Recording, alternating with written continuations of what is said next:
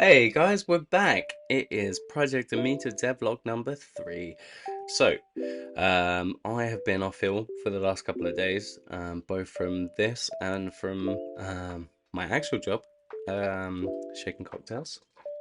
So I'm pretty sure I gave myself food poisoning, and I have not been in a good way for the last few days, which has made it relatively hard to get anything done since I was laid up in bed. But yesterday I was feeling a little bit better, so let's crack on with the video and I'll show you what I've done. Let's do it.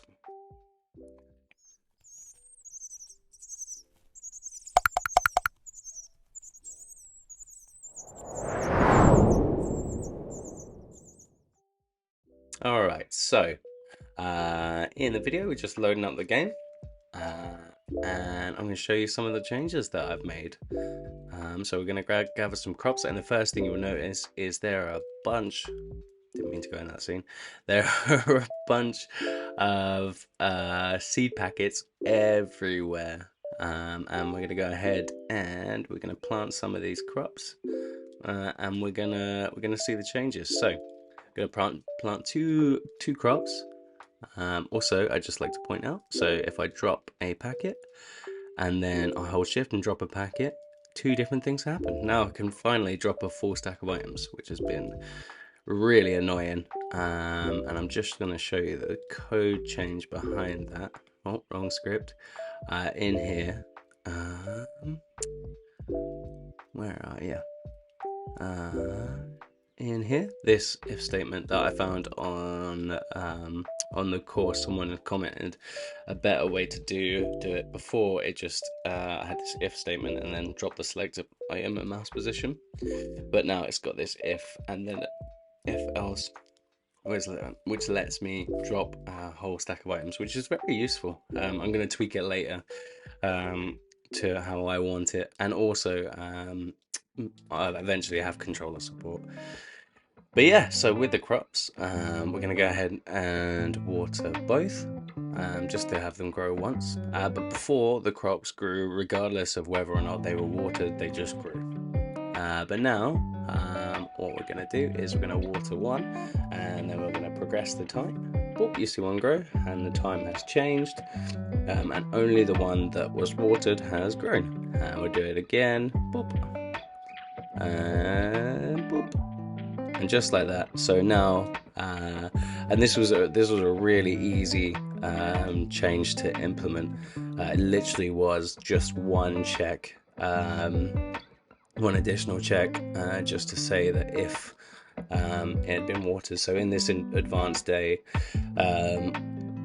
function, we had this if grid properties.growth days is greater than -1. So if there is a crop planted, then it would plus the growth days.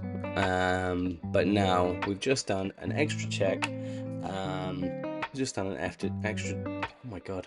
Just done an extra check to see if the crop has been watered as well, and then you'll notice there's an if statement underneath, and this says if it has been watered, then when you advance the day, it unwaters it.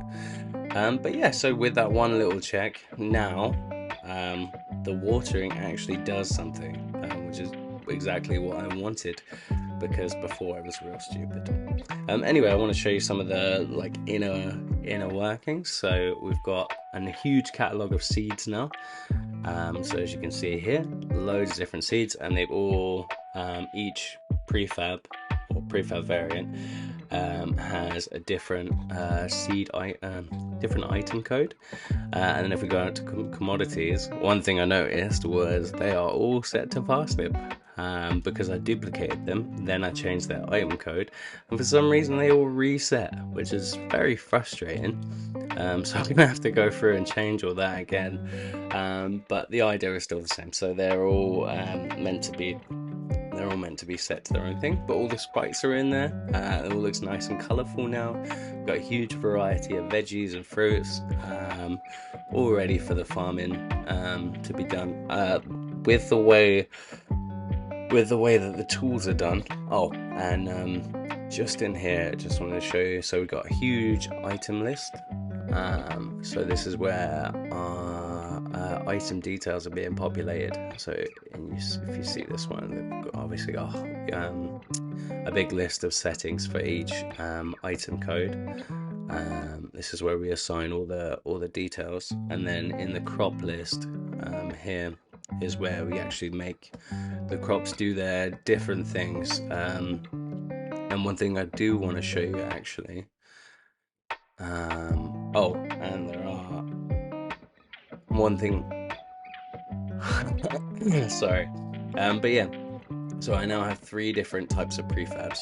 So the one thing I noticed was the ones with the poles and the fences, they wiggled, as well as the normal ones, which I really didn't like. So I made three prefab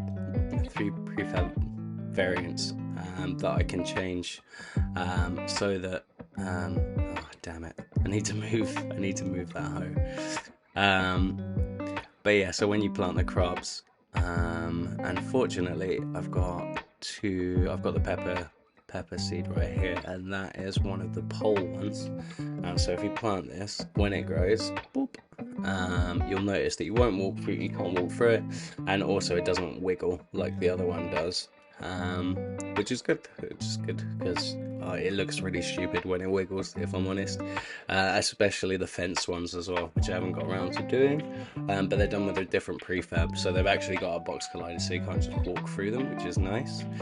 And I've got like this is my list of seed of items and seed codes, for all the fruits and veggies. That's not to mention all the other items in the game. That's just for those. Also, this barley crop, I think that is. When you pick it up, you pick it up with the basket. I hate this basket. I want to destroy this basket. I want you to be able to pick up items with anything, but the barley crop specifically is going to be a scythe crop. When I just that's an easy change. The basket, oh, I don't know. I don't know how to do that, but I'll figure that out.